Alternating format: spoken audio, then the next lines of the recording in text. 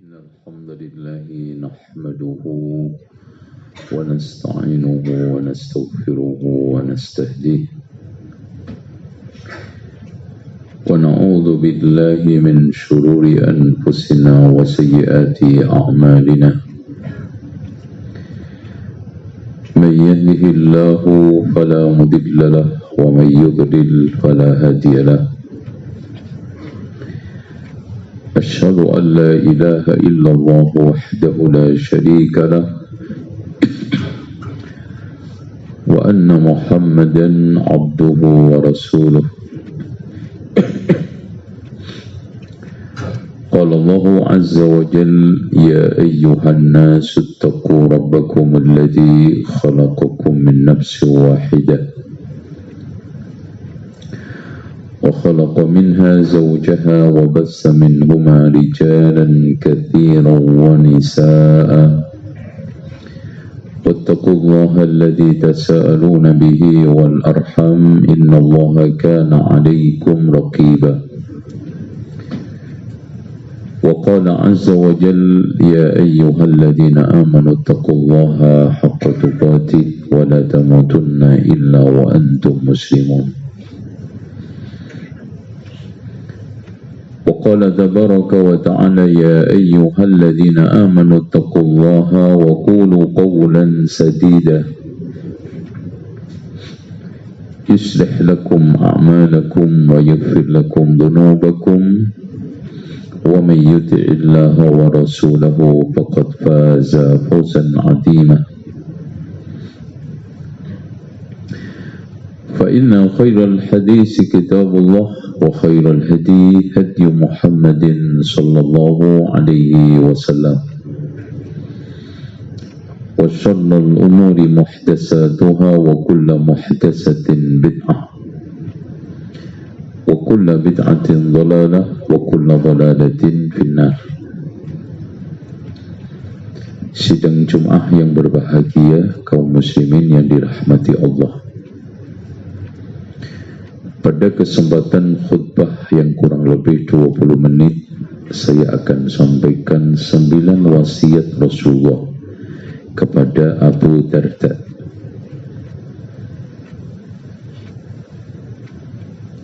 Yang hadis ini dikeluarkan oleh Imam Al-Bukhari di dalam kitab Al-Adabul Mufrad dan disahihkan oleh Syekh Nasiruddin Al-Albani.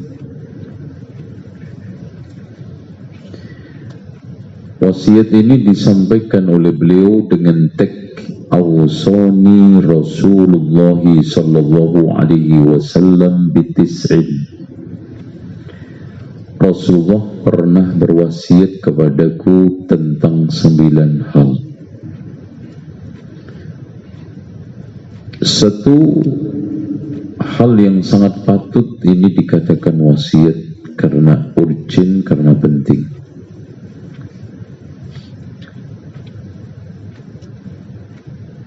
La tusyrik billah, janganlah kamu berbuat syirik kepada Allah syai'ah.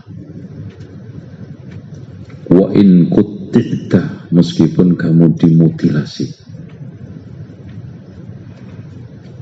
Au khurrikta, dibakar habis. Memang prinsip. Dan begitulah harusnya orang megang prinsip. Enggak seperti sebagian orang awam, akidah cuma ditukar dengan mie instan, dengan sekilo beras, dengan jabatan sesaat. Makanya di sana ada seorang yang masuk surga karena lalat. Coba bayangin, masuk neraka juga karena lalat. Lagi-lagi ini soal prinsip. Bukan soal alatnya, tetapi prinsip. Ketika itu datang atau lewat di suatu negeri di mana rajanya itu mewajibkan siapa saja untuk takarrub kepada berhalanya. Kemudian orang tersebut, saya nggak bisa, nggak punya apa-apa. Nggak apa-apa, berkorbanlah walaupun hanya lalat. Enggak. dipenggal lehernya. Bukan soal lalat yang saya nggak bisa melakukan, tetapi prinsip saya nggak bisa melakukan itu. Prinsip-prinsip seperti ini harus kita pelihara, harus kita rawat, karena di akhir zaman ini banyak yang longkro, banyak yang lunglai, banyak yang lemas memegang prinsip agama. Digambarkan oleh Rasulullah sallallahu alaihi wasallam, badiru bil a'mal fitanan ka qita'il lailil mudlim yusbihu ar-rajulu mu'mina wa yumsi kafira yabi'u dinahu bi'aradin minad dunya. Bergegaslah kalian di dalam beramal. Fitnah seperti malam pekat.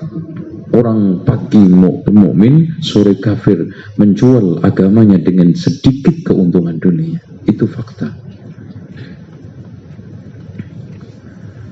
Bahkan di sebagian daerah itu, agama itu seperti baju, bisa ganti 2 kali di dalam 1 hari.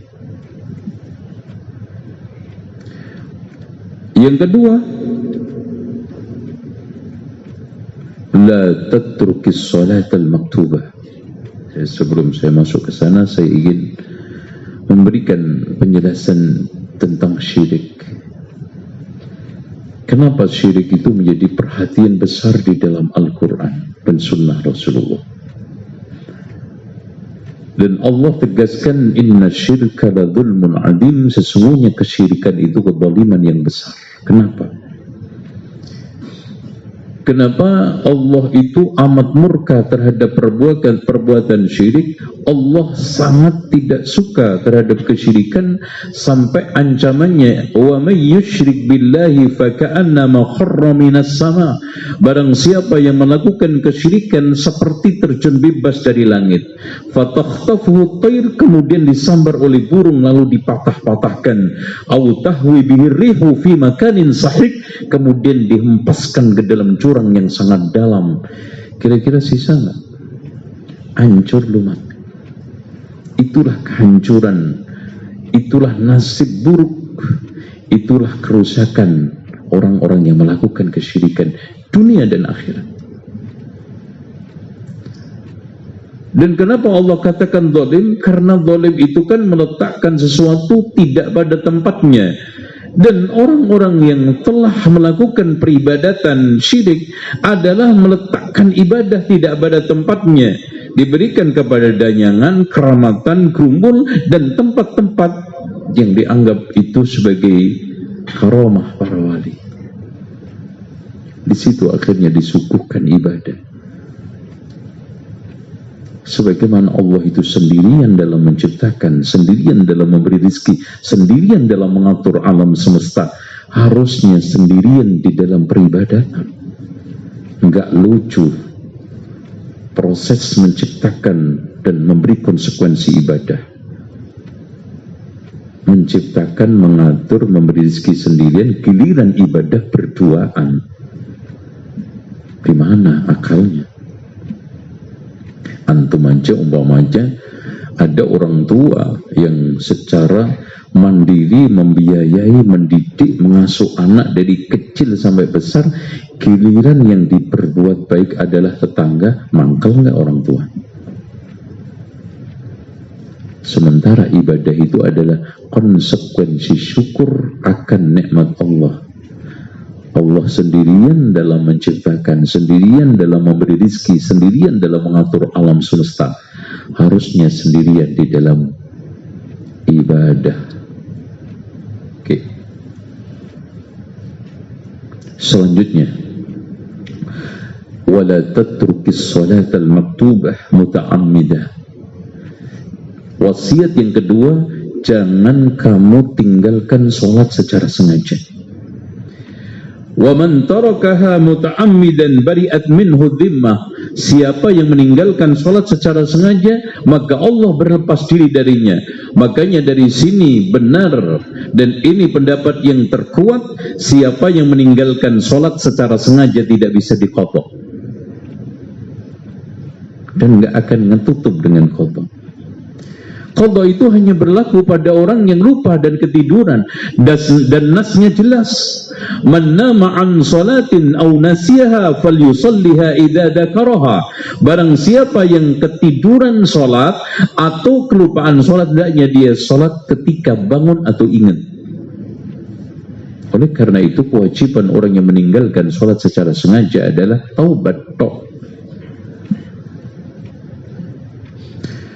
Dan hadirin sekalian, kenapa Rasulullah SAW sampai menjadikan ini adalah bagian dari wasiat dikhususkan kepada sahabat yang mulia, yaitu Abu Darda? Karena salat itu memiliki satu fungsi dan kedudukan tinggi di dalam Islam. Fungsinya, Rasulullah mengatakan, ara'aitum law anna bi babi ahadikum nahran thumma yaghtasilu fil yawmi 5 marratin hal yabqa min daranihi syai'. Seandainya di depan rumah kalian ada sungai, kemudian mandi setiap hari 5 kali, apakah masih tersisa kotoran? Tidak. وَذَلِكَ مَثَلُ الصَّلَوَاتِ الْخَمْسِ يَمْحُ اللَّهُ بِهِنَّ الْخَطَايَا. Demikian perumpamaan salat 5 waktu Allah gunakan untuk menghapus dosa-dosa hamba. Dan kedudukan al-ahdu bainana wa bainahum as-salah faman tarakaha faqad kafar. Perjanjian batasan antara mukmin dengan kafir, antara iman dengan kufur adalah salat. Siapa yang meninggalkan salat maka dia telah kafir.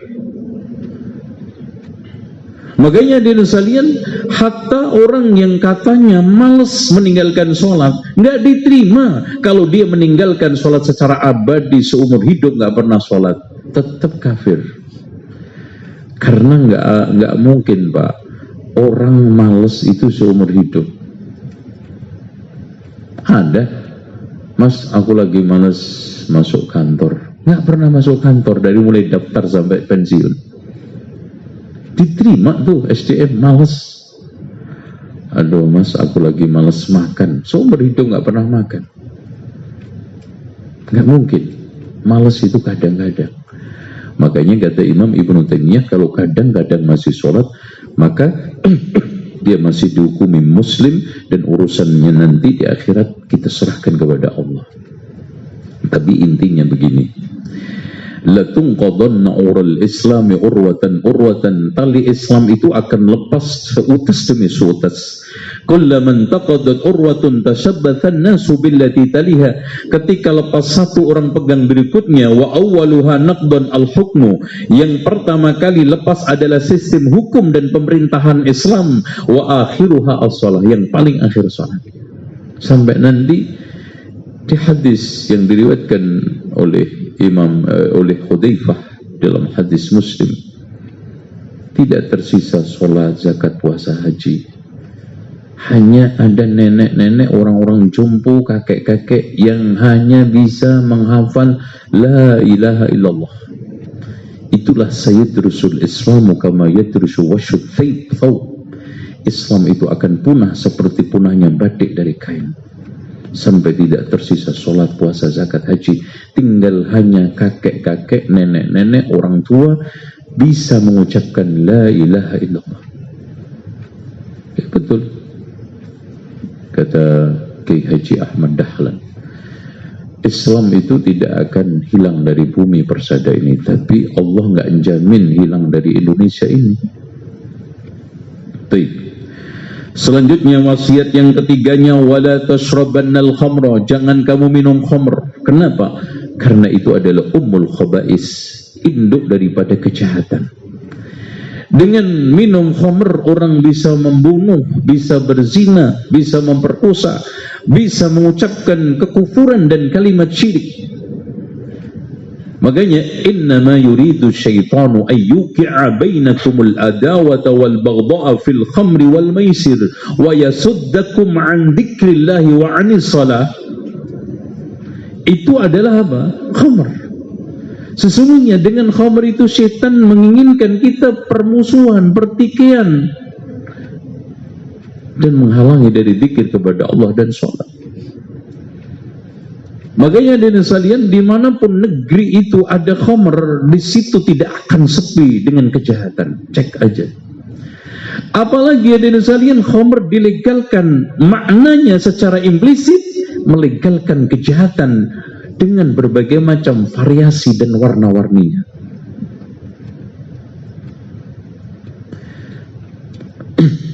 Buntut dari khamr itu zina, paling dekat. Makanya ada hadis di mana ada seorang yang ditawari zina, nggak mau, membunuh nggak mau, tuangkan khamr untukku. Akhirnya berzina dan membunuh. Makanya betul kata Imam As-Suyuti, faktor su'ul khotimah itu banyak, tapi didominasi oleh 4 perkara. Yang pertama, menyanyiakan sholat. Yang keduanya, durhaka kepada kedua orang tua. Yang ketiganya, kecanduan khamr. Dan yang keempatnya, suka menodai kehormatan orang lain. Makanya fa'innaha miftahu kulli syarrin, khamr itu kunci pembuka seluruh keburukan. Selanjutnya, wasiat Rasulullah SAW kepada Abu Dzar, wa ati' walidaik wa in amaraka an takhruja min dunyak. Taatilah kedua orang tuamu meskipun keduanya memerintahmu untuk keluar dari duniamu. Makanya Nabiullah Ismail alaihissalam menceraikan istrinya karena perintah orang tuanya. Jadi hadirin sekalian, kalau hanya sekarang disuruh orang tua untuk keluar dari kerja, taati. Itu kecil. Nah, sekarang kamu pulang kampung. Aku butuh kamu. Saya sudah sakit-sakitan keluar.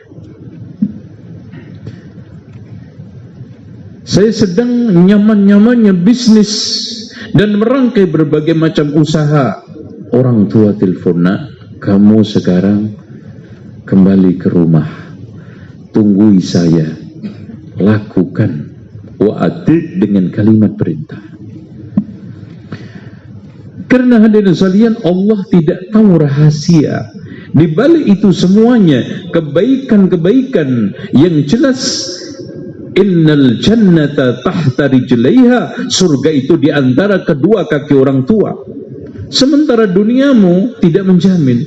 Bisa saja antum dipecat, bisa saja antum di PHK, bisa saja antum bangkrut usaha antum, tapi surga antum kan nggak pernah bangkrut. Keluar. Makanya di sekalian, pernah Rasulullah SAW naik mimbar, tapi mimbarnya tidak seperti ini, mimbarnya naik tangga begitu. Makanya amin, amin, amin. Kemudian setelah turun dari mimbar, Rasulullah SAW ditanya, kenapa ya Rasulullah engkau tadi mengatakan amin, amin, amin 3 kali? Tadi Jibril datang kepadaku dan mengatakan, aminkan Muhammad, saya berdoa. Coba bayangkan Pak, mungkin nggak doa ini ditolak? Yang berdoa Jibril, yang mengaminkan Rasulullah. Semoga Allah menjauhkan darinya orang yang masuk Ramadan dosanya tidak diampuni. Amin. Semoga Allah menjauhkan darinya orang yang menemui kedua orang tuanya atau salah satunya tidak memasukkan ke dalam surga. Amin. Semoga Allah menjauhkan darinya orang yang mendengarkan namaku disebut tidak mengucapkan salawat. Amin. Coba kita berenung dengan suasana hening dalam kondisi puasa ini yang sekarang kita alami. Kira-kira kita termasuk enggak orang yang didoakan oleh Jibril dan diaminkan oleh Rasulullah? Sehingga akhirnya kehidupan kita hancur. Ya ikhwan, Allah telah membuat siklus ketika kita bayi lemah, yang kuat orang tua, yang membesarkan orang tua, yang menguatkan kita orang tua, yang mendidik orang tua. Saat dia lemah, tidak berdaya. Harapan satu-satunya adalah anak. Makanya Pak, doa semuanya kan diterima. Kenapa dalam hadis Rasulullah itu doa anak kepada orang tua? Kenapa? Karena orang lain itu ingat doain kita setelah mati itu Pak, cuman jenazah dok. Soalnya jenazah selesai. Nggak bakal antum-antum ini masih doain sampai hari ini tetangga antum yang mati 5 tahun lalu. Ada? Nggak bakal. Ada yang masih, ya Allah ampunilah dosa teman saya yang meninggal 10 tahun lalu. Nggak ingat. Yang ingat siapa Pak? Anak. Bahkan setiap saatnya ketika sujud, ketika tahajud, selalu mendoakan Rabbirhamhuma kama rabbayani shaghira. Makanya penting punya anak itu. Maka Rasulullah katakan, la yad'ahadukum talabal walad fa innahu idza kana laysa lahu waladun idza mata wa laysa lahu waladun inqata'a ismuhu. Janganlah di antara kalian enggan tidak punya anak, karena di antara kalian jika mati nggak punya anak namanya putus. Maksudnya jariyahnya macam-macamnya. Makanya lucu, ada orang yang nggak suka punya anak terus kawin untuk apa? Mendingan bebek masih bisa bertelur, ayam meninggalin karya. Antum nikah nggak pengen punya anak, gimana ceritanya? Selanjutnya, wala tunazi'anna wulatal amri, wasiat Rasulullah kepada Abu Darda berikutnya adalah jangan melawan pemerintah. Jangan antum melakukan agitasi kepada penguasa. Wa in ra'aita annaka anta, coba bayangkan sampai ditekankan seperti meskipun kamu merasa paling benar dan pemimpinmu salah. Coba bayangkan ya. Ini nggak main-main. Kenapa hadirin sekalian? Karena agitasi, perlawanan dan melakukan berbagai macam kudeta berdarah dan berbagai macam aksi-aksi untuk anti pemerintah pasti menimbulkan fitnah. Makanya Rasulullah SAW menegaskan, man ra'a min amirihi syai'an yakrahuhu falyasbir. Barang siapa yang melihat dari pemimpinnya sesuatu yang tidak menyenangkan, hendaknya bersabar. Fa innahu in mata, kalau dia itu meninggal dalam kondisi melawan pemerintah, mata mitatal jahiliyah, mati di dalam keadaan jahiliyah. Hadirin sekalian, Pak, Abu Dar pernah ditanya oleh Rasulullah, dikasih kabar, wahai Abu Dar, nanti akan muncul pemimpin-pemimpin yang anarkis, diktator, dan sangat mengalahkan rakyat. Alias Thalib, apa yang kamu perbuat? Saya akan angkat senjata dan aku akan perangi, kata Abu Dar. Bukan Abu Darda ya, Abu Dar. Apa kata Rasulullah? Jangan wahai Abu Dar, isbir hatta talqauni fil haud, bersabarlah sampai kamu ketemu aku di telaga.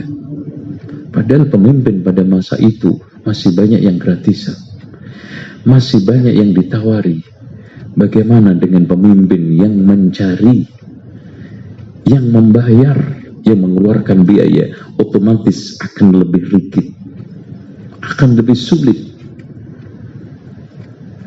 Makanya aksi apapun untuk melawan pemerintah, anti pemerintah, dan juga melakukan agitasi, provokasi untuk menjelek-jelekkan pemerintah, semuanya tidak mendapatkan tempat di dalam fikih Islam.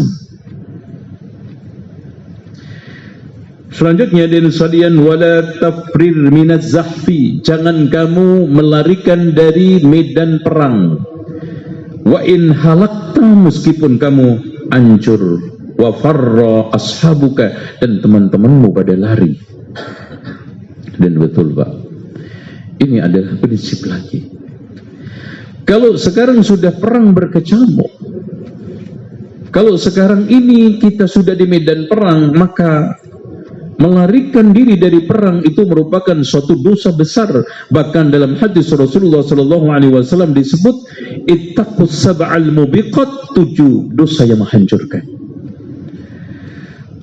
Dan ini merugikan Islam, merugikan pasukan Islam, merugikan bahkan menjebolkan benteng Islam. Dan itu pintu khianat. Kemudian selanjutnya wasiat Rasulullah kepada Abu Darda, wa anfik min taulika ala ahlik, infakkan dari hartamu berdasarkan kemampuanmu untuk keluargamu. Dari sini hadirin sekalian, menafkahi keluarga itu adalah hukumnya wajib, terutama bagi laki-laki. Makanya Allah angkat ar-rijalu qawwamuna 'alan nisa. Setelah itu ayat itu bunyi apa? Ar-rijalu qawwamuna 'alan nisa bima faddalallahu ba'dahum 'ala ba'din wa bima anfaqu min amwalihim. Karena konsekuensi kelebihan, konsekuensi derajat yang lebih tinggi, konsekuensi harta, konsekuensi dia wajib memberi nafkah, itulah yang menjadikan lelaki itu menjadi pemimpin.